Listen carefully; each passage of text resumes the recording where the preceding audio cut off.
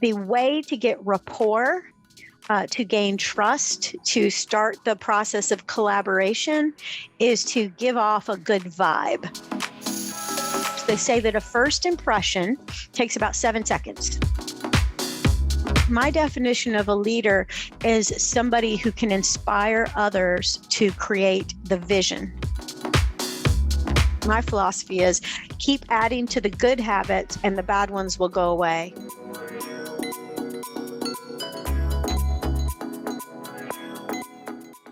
Hey everybody, welcome to another episode of Epiphany Off the Cuff. My name is Rick Meekins and I am joined by Hazel Haygood and Nicole Greer. This is going to be an interesting show. We are on episode 2, season 2, which means that we're trucking right along. How's everybody today? Hey everyone. Doing great. Doing vibrantly over here. Yes, she is vibrant. Glad to have you here, Nicole. I'm glad to be here, guys. Cool. And note, guys, vibrant is the word of the day. So certainly count the number of times you hear vibrant, or if you see anything vibrant on the screen, take a picture of it. Absolutely. Cool. Well, thank you everyone for joining us. Today, again, we're going to have Nicole Greer, the Vibrant Coach. She's a wonderful coach. I've known Nicole for probably almost as long as I've owned the company, for almost 14, 15 years. I remember like just so many years ago, I'm like, I need help. I need to figure out where my life is. And I see this advertisement for this lady, like, 200 miles away from me that's doing coaching. And I'm like, I need to be there. Absolutely. So I get 5 o'clock in the morning and go see her, and it's a room full of ladies. And I'm like, okay, we can do this. But it was an excellent experience. Do you remember that, Nicole? I do. And we welcomed all your testosterone into our estrogen. It was fantastic. We needed to mix it up a little bit. That's awesome. It was. And for those of you who don't know, this is Hazel. This is her second show. You might have seen her on our last show. Hazel, you want to introduce yourself? Hello, everyone. I am Hazel. I was previously a guest on this show, and now it is my utmost pleasure to be on the other side of the fence, and this time interviewing other guests and put them in the hot seat instead of myself. There you go. Hot seat. Are you ready? Yeah. Are we ready for the hot seat to go? I warmed it up this time, so it's all hot because of me. So it's all good. You did. Right. My vibrancy warmed everything up. Oh, you beat me to the punch. I was definitely going for vibrant one more time. So since we are on the topic, talk to us a little bit about vibrancy and vibrant coaching and where all that came from. Yeah, absolutely. So here's the truth about every human walking around on the planet is that when you walk into a situation and you engage with another human, there's an experience of you. And I coach people, and one of the things that I do is I help them get their heads wrapped around what is it like to experience you. And in a coaching session, that's usually the first question. And when I ask people, so what is it like to experience you, Rick? A lot of times it takes people back. They're like, oh, wait, I've never thought of that before. And the reality is that all of us need to think about that very important question, because you put off a vibe. There's a certain energy or heat that comes off of people. And the way to get rapport, to gain trust, to start the process of collaboration, is to give off a good vibe. Right. And we all know that we've met people in the first 7 seconds. They say that a first impression takes about 7 seconds. Mm-hmm. And we all know this happens because can you not have a first impression? No, you can't. It's impossible. It's impossible to not have a first impression. So you're going to have one. And so think about how much more energy you can put out and therefore create with the collaboration of another human if you are intentional about that first impression. And then, of course, every interaction thereafter. So the word vibrant means to just simply, put out the most positive light that you can, so you make it easy for other people to work with you. And so if you're an entrepreneur, what do you want people to do? Work with you.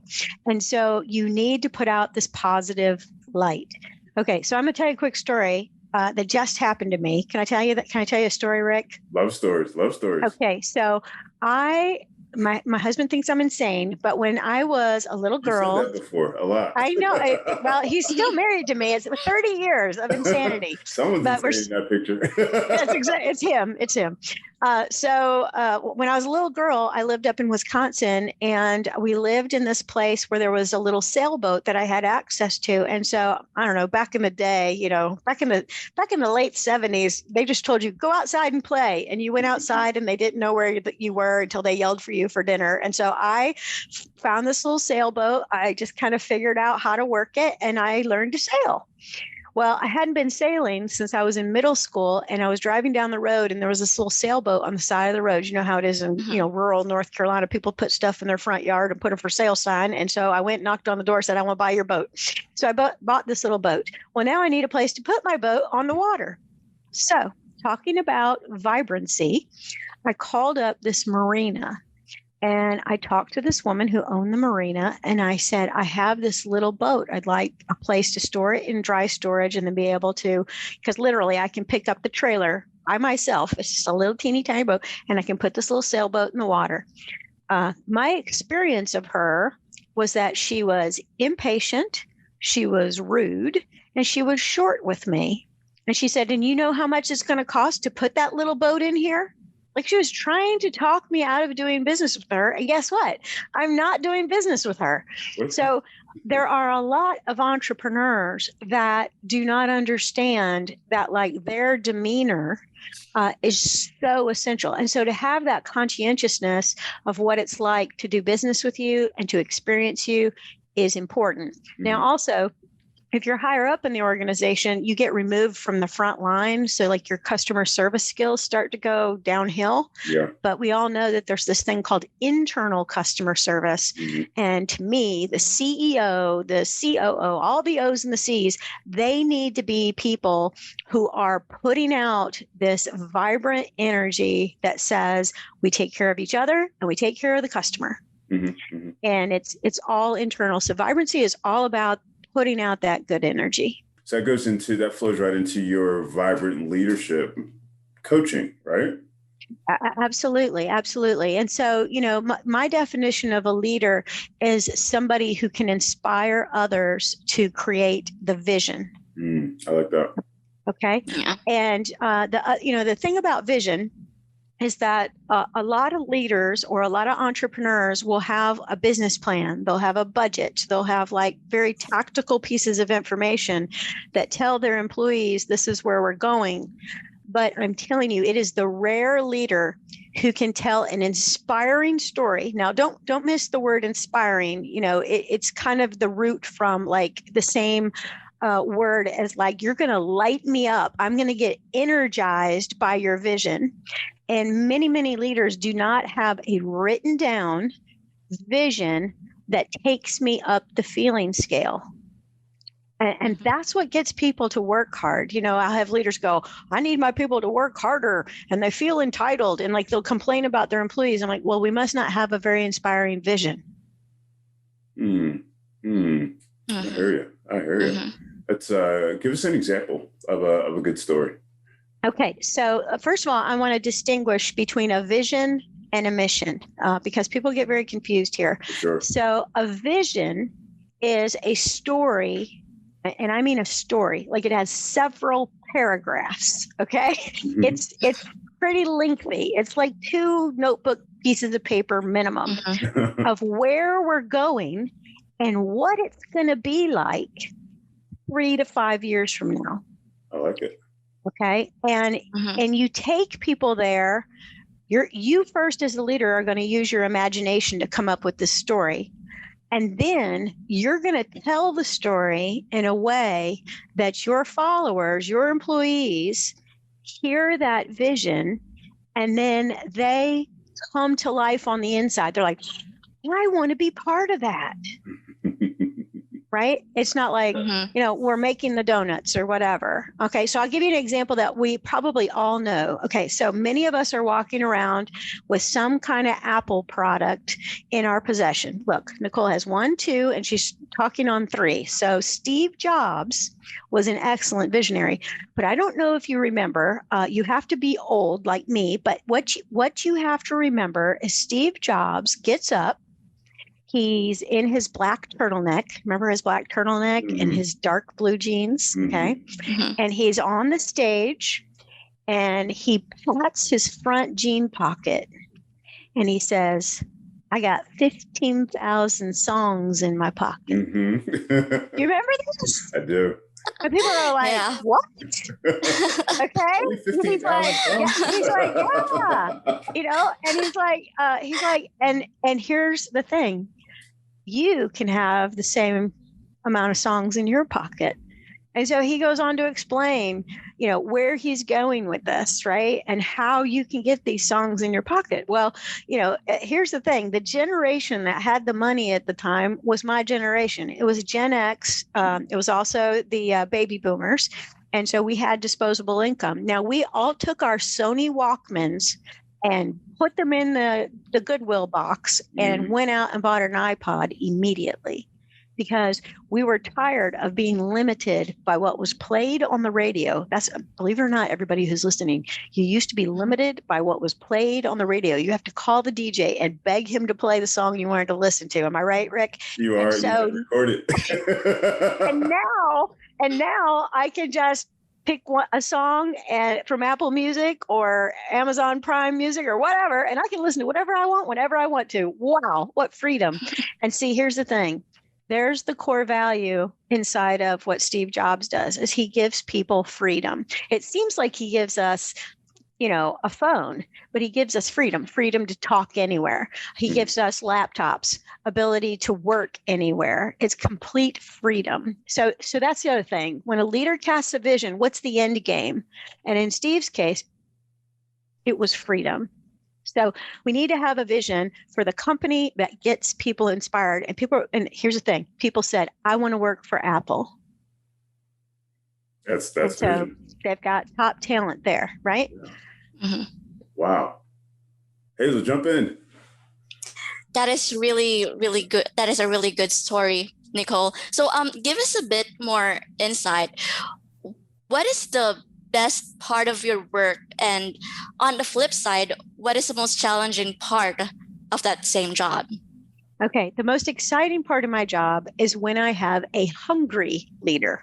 Okay. And when I talk about hungry, I mean somebody who wants more. Okay. Now, I don't know how the two of you were raised, but I have an inkling because you're above average. You're like conducting a podcast right now. Not the average bear is out conducting a podcast right now. So, when I was growing up, I would want things and I would get in trouble for wanting them. So I would say, my father would say, you shouldn't want so much. You should be happy with what you have. Right. So I always was told not to want a lot of things. Okay. Now that's a very good lesson for a child. Right. But unfortunately, people take that lesson with them all the way into their adulthood. Like I should be happy with what I have. I should be content. Okay. Now here's what happens.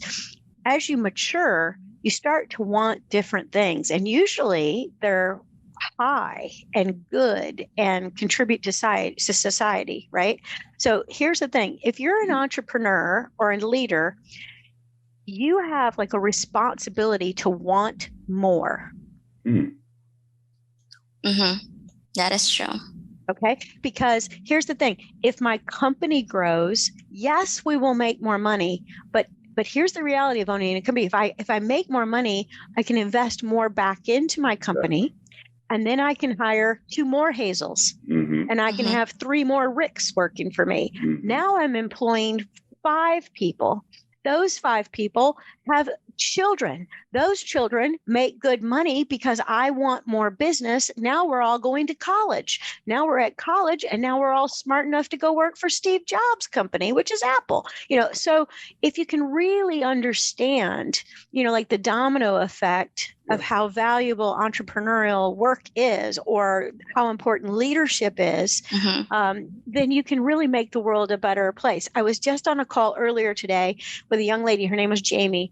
And so I asked her, what her vision was. We were talking about vision too. Right. And she says, I want to raise the impact, or raise the vibration of the world by 1% or something like that. It was like kind of nebulous, but like, do you hear like the power in that this girl wants to do? And so I'm like, well, how are you going to do that? And she's like, well, I want to create a sustainable food system. Oh.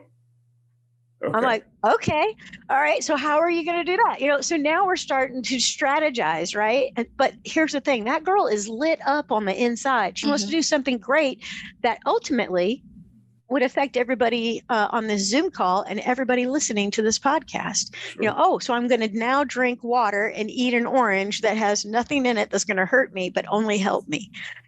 This is the kind of work that we can do in the world. Now, if you say we grow oranges, that's not very exciting. But if we say, nope. Right. But if we grow oranges in an orchard that is organic and it has, 400 employees, and we feed X amount of people around the world, that's the vision we're casing. And we're going to plan to increase our, production by X amount, which means we're going to do X. That's the thing that gets people excited. But I don't know many leaders who've got that story down pat. Yeah. Yeah. I mean, you just really touch on the idea that, leadership is a responsibility. It's bigger 100%. than, hey, I want to run a company, blah, blah, blah. But, the impact, the layers of impact, are huge. It's something that, we talk about, at our company. We talk about, creating those jobs and how, we've been able to help people, send their kids to college, et cetera, et cetera. And we look at how far we can reach, with that. I think at some point, that really became more, a bigger goal. I was talking to someone today, and I was just talking about the fact that, love to be able to create, 1 million jobs by the time, I retire, between the people that we, our company, the people that we serve, and the people that they end up hiring. So that, again, that ripple effect and really changing the world. And that's exciting for me. I mean, that's something that gets me up every day. That's Absolutely. something that, ask me and I will tell you in a heartbeat, hey, this is where we're going. This is what we're doing. Yeah. Well, Hazel, you asked me what the flip side of that is. Yeah. What is that? Yeah. Okay. Yeah. So let me tell you the flip side. The flip side is when I have somebody who thinks they want to change, and then I get in there and I say, well, here are the things that we need to do. And they are not hungry enough to take a bite out of it. Okay. So I'll give you an example. So I go in, I work with a leadership team, and the main leader says to me, he says, my people are not accountable. I have to, can you please get this done? Can you please do this? It's like this constant, that old saying, pulling teeth, Yeah. So I said, well, then you're going to have to set up proper expectations. You're going to have to put structure in place, and then you're going to have to hold people accountable. So I could talk about all three of those things. You let me know if you want me to or not. But essentially, holding people accountable is really the leader's job. It's the heavy lifting of the leader. See, the leader thought I was going to go in there with like some spell or pixie dust or a magic wand or something and go. That doesn't work. That's not how it works. Okay. So the leader has to say, if I want an accountable group of people, I've got to put the structure for accountability in place. And so, when I first got into managing and leading people, I was in the property management business. And as a lot of young leaders do, I was promoted probably too early, but, I had all this natural energy. So they're like, make her be the leader, see if she can do it, and it was really like, let's see, there was no really any training. It was just like, I figured it out kind of thing. Mm-hmm. And that's the other thing, talking about vibrancy, vibrant people figure it out. Mm-hmm. They don't wait around for somebody to tell them how to do stuff. They just go, I'll just figure it out. Okay. But anyway, because that's the energy moving. But the accountability piece is this, right? So I had a person in my life named Nancy Freeman, and she said, Nicole, there's a formula for accountability. And I was like, oh, what's that? And the reason why she brought it to my attention is because she said, did your assistant manager do this? And I said, well, she didn't get it done, so I did it. And, I was always cleaning up after everybody. And here's the thing. If you're like a worker and you got lots of energy, people will let you do their work. Believe me. Okay. Cause I've let that happen to me. So my regional manager saw this happening to me, and she's like, no, you cannot do that, or they will never learn. Don't miss that. And and you will never get done what you need to get done. So she said, there are 3 questions to accountability. The first question is, what are you going to do? The second question is, when are you going to do it? And the third question is, how will I know it's done? And so when you hold somebody accountable, let's say I ask Hazel to do a report for me, and she says, yeah, Nicole, no problem. I'll do the report. And I say, and if I say thank you and walk away, I have failed, because I really don't know what she's going to do. Okay, she's going to do this report, but have I set expectations? Say no. So here's a quote for you. Uncommunicated expectations are a premeditated opportunity to be disappointed. So she walks away and she brings me this report, and it's not even what I wanted. Right. Okay. So I need to say, well, tell me what you're going to do to get your report done. Now, the minute I do that, there's this weird thing going on right now in our world where I don't like to be micromanaged. But here's the truth. We do need to manage things at the micro level sometimes until we know that our employee understands how we want it done. Yeah. Yep. Okay. Yeah. All right. So we go through what are you going to do? So finally, Hazel's like, I understand, you understand. And actually, when Hazel walks away, she's happier, because she probably is like, I'm going to give Nicole what she wants, and that'll make me a success. So she goes away. Well, and then I say, when are you going to have it done? Now, she might say to me, I'll get it done really fast. Now, do I know when she's going to have it done? I don't know. So I say, oh, that's wonderful. What day were you thinking? She says Friday. I said, okay, Friday lunch, Friday dinner, Friday breakfast. What are you thinking? And she says, I'll have it done Friday at noon. Now, literally, you need to go to your calendar and put Hazel report noon. Yep. Now, here's the thing. In terms of holding people accountable and setting proper expectations and getting people to think like you think, which is what leaders often say, they're like, why don't they think like I think? I'm like, because you're not teaching them to think like you think. You have to slow down and do the teaching. So I say, have it done at noon. She has it done at 11 a.m. I open up the report. I look at it. It's amazing. Here's what I do. I pick up a phone. Now, I want to tell you, I get lots of grief about wanting to talk on the phone. Everybody wants to text me. And I'm like, no, we have to talk to each other so we can feel the vibrations, right? So I get her on the phone and I give her feedback. And I say, Hazel, today at 11 o'clock, you sent me this report. It is easy to understand. It is formatted beautifully. And the impact, don't miss that. The impact it's going to have on me is that I'm going to be able to make a really good decision. And therefore, I am so grateful you're on my team. And she's like, no problem. I'm like, I just want you to know. Thanks so much. Okay. Now, here's what happens when she does what she says she's going to do. And I thank her in that very specific way, and I can explain that way, is that now I have serotonin flowing out of my hypothalamus gland all over my body, and so does she, because I just gave her this really nice piece of feedback. We're both swimming in serotonin, which is going to take us up the feeling scale, turn our light on, make us shine. And now we're both going to work really hard this afternoon, because people who feel good work good. People who feel bad work bad. That's the truth.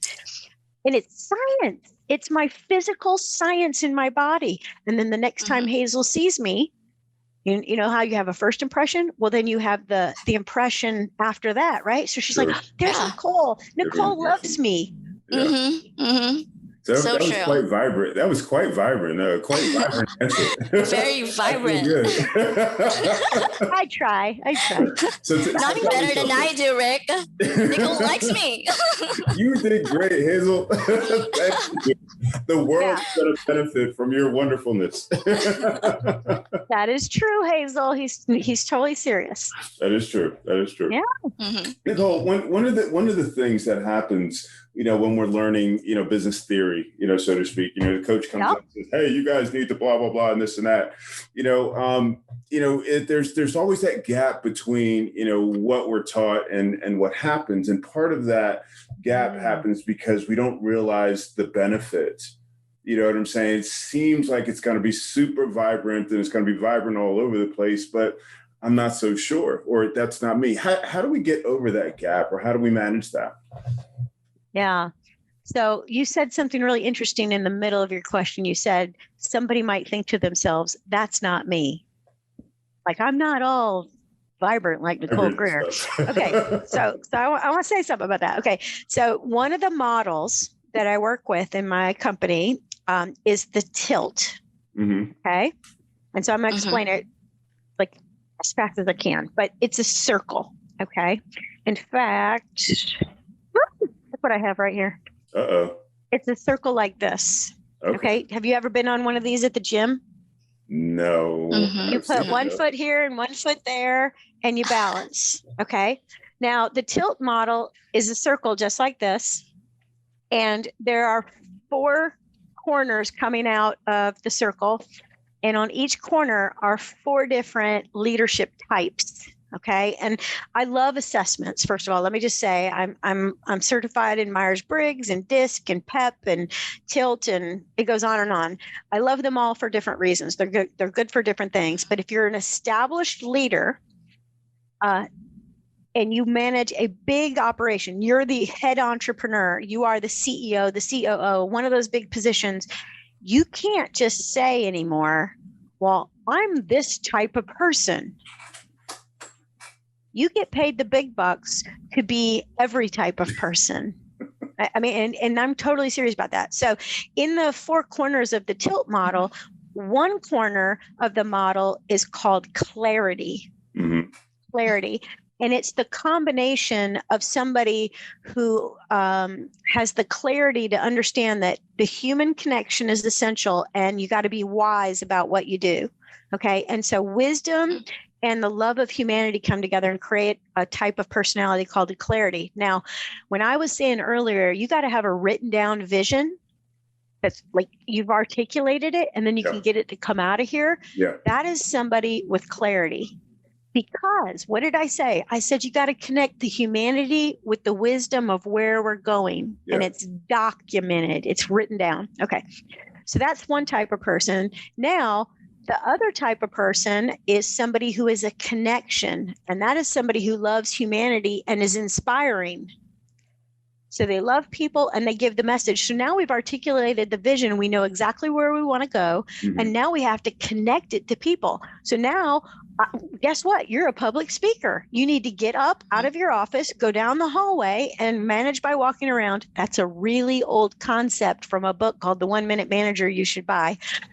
It's on Amazon. It's by Ken Blanchard. You can read it in 1 hour. But you got to connect the vision to people. I have to go to Hazel and say, Hazel, you're part of Epiphany, and your job is to produce and manage the whole podcasting process. And that makes us do X, which makes the vision come true. Do you understand your role in the vision, Hazel? And she goes, yes, I do. I have a very important role. So now she's lit from within. Okay. I don't have to go in there and say, get your work done, Hazel. She's excited. She understands the big picture. Okay. Then after we connect it with the person, now we have to go across the model and go to this corner called structure. Mm-hmm. So now we have to build the systems, the strategies, the budgets, the stuff, the Excel spreadsheety things that tell us exactly how we're going to do it, how much money we need, and what kind of sales do we have to have, and blah, blah, right? We have to have structures and things we measure. We got to have KPIs and a scorecard and on, benchmarking. So we go down to structure. Once we figure out what we're going to measure, We've connected it to people. We're clear about where we're headed. Then we're going to ship it. We're going to go up here and we're going to make an impact on the planet. And we're going to throw our company out there and we're going to market the heck out of it. We're going to tell everybody about it. And if anybody says, what do you do at Epiphany? Anybody on the team can say, we're on a mission to do this. And we do it by these things. And here's the outcomes that happen when we do our work. Excellent. People have an epiphany. Right? Isn't that where it came from? They have a light bulb moment if they work with Rick Meekins and his team, right? There you go. Yeah, I love that. Yeah. So you have to tilt around. That was the point of that. Let's get to the point, Nicole. The point is, I can't be just this clarity person or a structure person, or I love people. Well, I'm sorry. You have to love people and also be able to do this Excel spreadsheet. Mm-hmm. Now, most of the philosophies out there are match your personality to your work. Mm-hmm. That's fine if you have a job that only requires that. But when you're up here in a leadership role, you have to do everything. Adaptive role. Sorry. Yeah.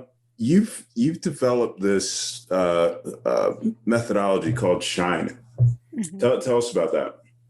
Yeah. So, when I first, so I did property management for about 14 years. And then, I had a second baby and I woke up and everybody's exhausted. It's like, let's go on a budget and stay home with the babies. So I did that about 8 years. But the minute I got both these babies on the school bus, I bore easy, as you can probably imagine. And so I decided I'm going to go find a little something to do. And so this whole rage about coaching was going on. And I had been in training and management and all that stuff my whole life. And I thought, oh, that's interesting. So I went and got certified as a coach. And the word coach was kind of coined in the 90s. And it's like saying like Cinderella's coach. It's going to take you from here to there. That's what a coach is supposed to help you do, help you get a plan in place to take you from here to there, a roadmap. Well, there are lots of coaching methodologies out there, but as I began to coach and work with people, and got really close to this idea of, everything rises and falls on leadership. That comes from John Maxwell. If you don't have one of his books on your shelf, please go buy a John Maxwell book. But anyways, so he talks about that. And that the leader sets the tone. I'm like, okay, a leader needs to work on 5 things. Okay. The first thing they need to do is self-assessment. That's the S in the SHINE coaching methodology. So a lot of times leaders are propelled into leadership roles because they have a lot of natural ability, they're charismatic, or they have a great bit of wisdom or knowledge about the industry or whatever. And because they have that and they're put in leadership, sometimes the ego can come in and you don't think you need to work on yourself anymore. But leaders really need to turn the mirror inward and understand what it is like to experience them and do a ton of self-assessment on a lot of levels. Mm-hmm. So there's personality, there's the quality of your character. Mm-hmm. I think most people think they have incredible character, but we all have to work on our character because you are not in integrity all the time. That's another thing we can talk about. Okay, so then you have to do character. You have to do emotional intelligence, conflict. Well, how are you with conflict? Mm-hmm. We all know there's the certain types that are like, want to fight about everything. There's some people in the middle, and there's the people that are like, I don't want to fight. You can have it your way. So we got to talk about conflict style. There's a lot of different styles that leaders need to take a look at. Yeah. And you do this self-assessment, and a leader has to have a personal mission statement, which that's what we worked on when you came up and met me the first time. Yep. They need to have a personal vision for their career. I don't know, you probably have this happening with your organization. There are so many people right now because of COVID going, I thought I was going to have this job until I retired, and they haven't done enough self-assessment to even know what to do with their career. They don't have a plan. Mm-hmm. Mm-hmm. So you got to have a plan for that. Then the H is about habit work. And so we all have a series of habits, and it runs your day all day long. You're in habitual mode, and some habits help you and some slay you. And so you've got to really have consciousness about the habits you have in place. And my philosophy is keep adding to the good habits and the bad ones will go away. Don't try to cure your bad ones. Yeah. Try to work on adding good ones. So those are the first two things. Okay. Okay?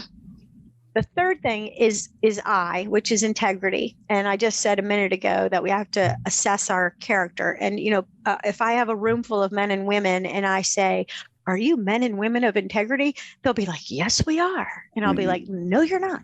And so it's offensive to people at first. But the truth of the matter is that there are parts of me that I have to really work on being in integrity on. So, for example, I have lots of ideas. My natural personality is I have 100 ideas, Sure, which is fantastic. That's a great gift to have. However, write one of them down, set up a plan and execute it and finish. See, that's integrity, being able to take it from idea to completion. Okay. So, you know what I mean? Let me give you another. This is a silly example, and I do love donuts. But let's say I tell both of you, we're in the employee lounge at work, and I say, "Hey guys, I want to lose 10 pounds. I want to feel better in my body. I want to do that." And you guys go, "That's fantastic, Nicole." And I say, "Yeah, so I'm going to do that. And you guys, we're going to support you." I said, "Okay," because we have lunch together every day. And the next time you see me, I'm having like the donut in the break room. Am I out of integrity if I'm having a donut? Now, this is not a trick question, but people fail, so I'll help you. People are like, "No, you can have a donut if you want." No, I can't. Right. No, I can't, because I said I wanted to do one thing, and I am doing a behavior that is out of line, inconsistent with what I say I want. Now, if I told you I could care less about my health and then I eat a donut, I'm good. But you have to toe the line on what you say. And I think that is really, really important. Like, I was talking to a gal inside of an organization I'm coaching, and she went on vacation. And her boss said, "You don't have to count that towards your vacation." And she was so happy. And I said, "No, you have to count that towards your vacation." But they told me I didn't have to. I said, "Now, what happens if all your employees find out that you got a free week of vacation?" Oh, holy H, right? Yeah. Right. Yeah. But like that kind of, like that was just the other day. I was like, what? But like we have like a little blind spot. Oh, look, I got a little freebie. No. Well, then let's all have an extra week of vacation, right? Oh yeah, that doesn't work. Okay. So, it's really interesting. Okay. Last two things is next right steps is the N. Okay. So instead of goal setting, I call it next right steps, and that is intentional. Right steps. Okay. Yeah. All right. And the reason being is because sometimes goals are like big and nebulous. But if I can at least tell you, here's what I'm doing next, that's a lot easier for people to get their heads wrapped around. Now, I do want you to have this big, ginormous, exciting vision, but how do I get that done? I just pick one step. Yeah. Right. So sometimes people need to, the next thing I'm going to do is I'm going to call Rick, and he's going to be my consultant. Now, I have no idea what I'm going to do with Rick, but I know just getting some help would be important. Right. So that is a next right step. Once you make that step, you meet with Rick, and Rick says, "Okay, here's what we're going to do to help you with your business. Here's a next right step. Give me something I can do this week, this month, that adds up to the bigger thing." And then the final thing is energy. And this one's my favorite, because don't forget, vibrancy is all about putting out the good energy, right? Yeah. Making a good impression, making other people feel good, taking everybody up the feeling scale. So there's 6 energies. And this hopefully won't sound like woo-woo to people. But inside of Hazel, inside of Nicole, inside of Rick are 6 energies that we have to pay attention to. And the first one is my intellectual energy. Okay, so what do I know? So, for example, inside of organizations, I was talking earlier about hungry people. So some people are like, I don't know how to do that. That's the end of it. And it's kind of like, well, you need to figure it out, Yeah, I mean, like, get a book, Google it. I mean, I don't know what they did before. But what did we looked up in books and we had Funkin' Wagnall encyclopedias or something, or we phoned a friend. Hey, do you know how to do this? I mean, we would reach out. But you have to learn stuff, and you do have to be a lifelong learner. You have to have a growth mindset, which Absolutely. Is a book by Carol Dweck, Mindset. You get that book, write it down. And so there's this intellectual energy. And I will tell you, I went back to school to get my undergrad when I was 48. I never got my college degree done. And when I was 48, my children went off to college. I'm like, Mama's going to college too.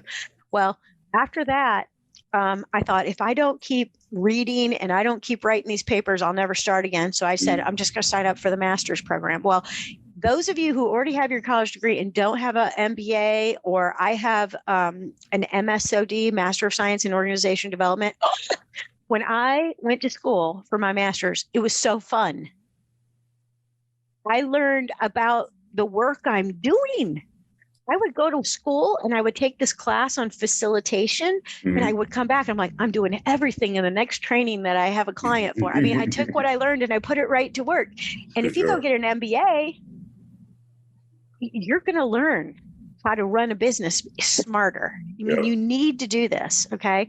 The next energy is emotional.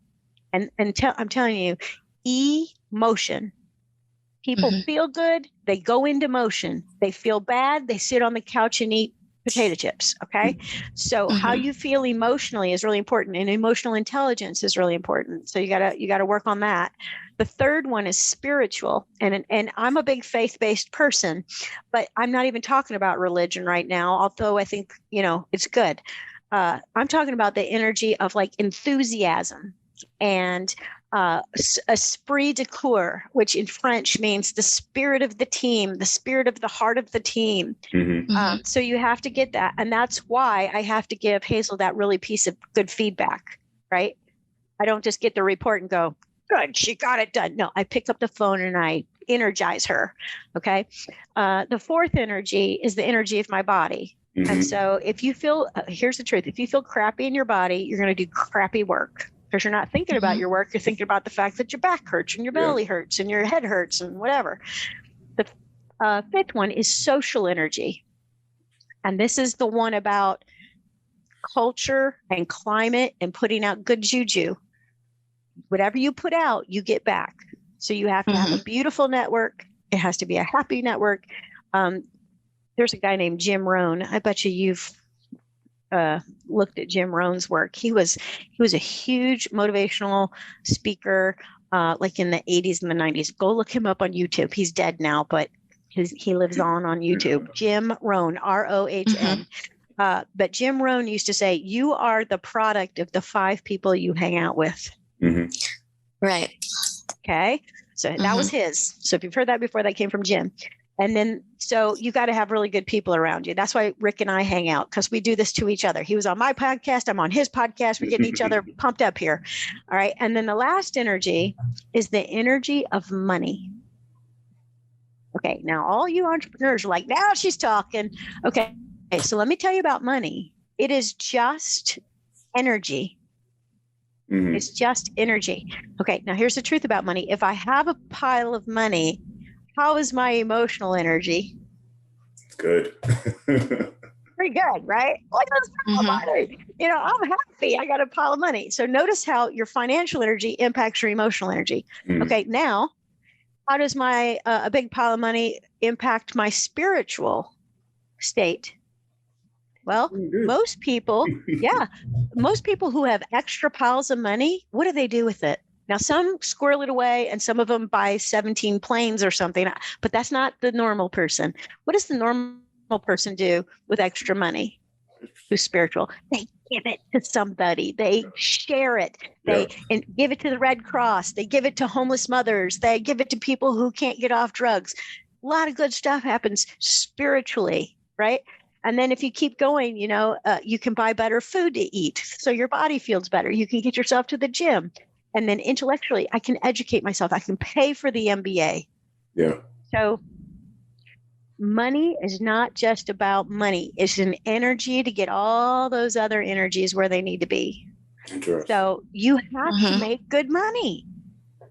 I insist. Makes sense. Makes absolute sense. True. Absolute sense. Hey guys, believe it or not, we're just about out of time. Well, What? that was fun. That was really fun. I really think like the Shine methodology, it really nails like the formula of instilling company loyalty. True. Because it's a two-way dynamic. Yeah. Right? Absolutely. Yeah. I love that. I had to write that down. We'll have to revisit that, Nicole. Yeah, let's do it. Yeah. I love this episode. Yeah, Me I too. do too. I do too. I'm grateful to you guys for having me on, taking this time to talk with me. Oh, absolutely. We loved having you. We loved having you. And, our guests, thank you so much for watching and listening to another show. We're absolutely happy to have you. Happy to have you again, Nicole. And of course, Hazel, we're looking forward to the next show. You can catch us if you want to on social media. We're on Instagram, we're on Twitter, we're on Facebook. You can also listen to our shows. We're on iTunes. You can see it here on YouTube. You can catch it on our website, epiphany.com. We would love to connect with you. So don't be afraid to reach out. If you want to hear more about Shine or being vibrant, we'll put Nicole's information in the show notes. We'll see you next time. Take care. Have a vibrant day. Yeah. Oh my God. Have a vibrant day.